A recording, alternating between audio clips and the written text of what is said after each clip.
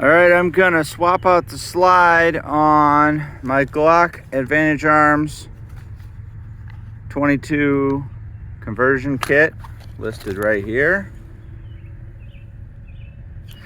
And I'm gonna put my Glock 10 slide that has the 40 conversion kit, upgraded safety pusher, and a loopholed Delta Point Micro, which is not on because you have to take the battery cap off to change the slide, but that's all you have to remove. So I don't know, I'm gonna try to do this on camera somehow with one hand. Let's see, I'll flip it up this way. I don't know if the camera can see that. So what you do is drop the mag, shut the slide, pull it back a little bit, drop the two, pull the trigger, and off he comes.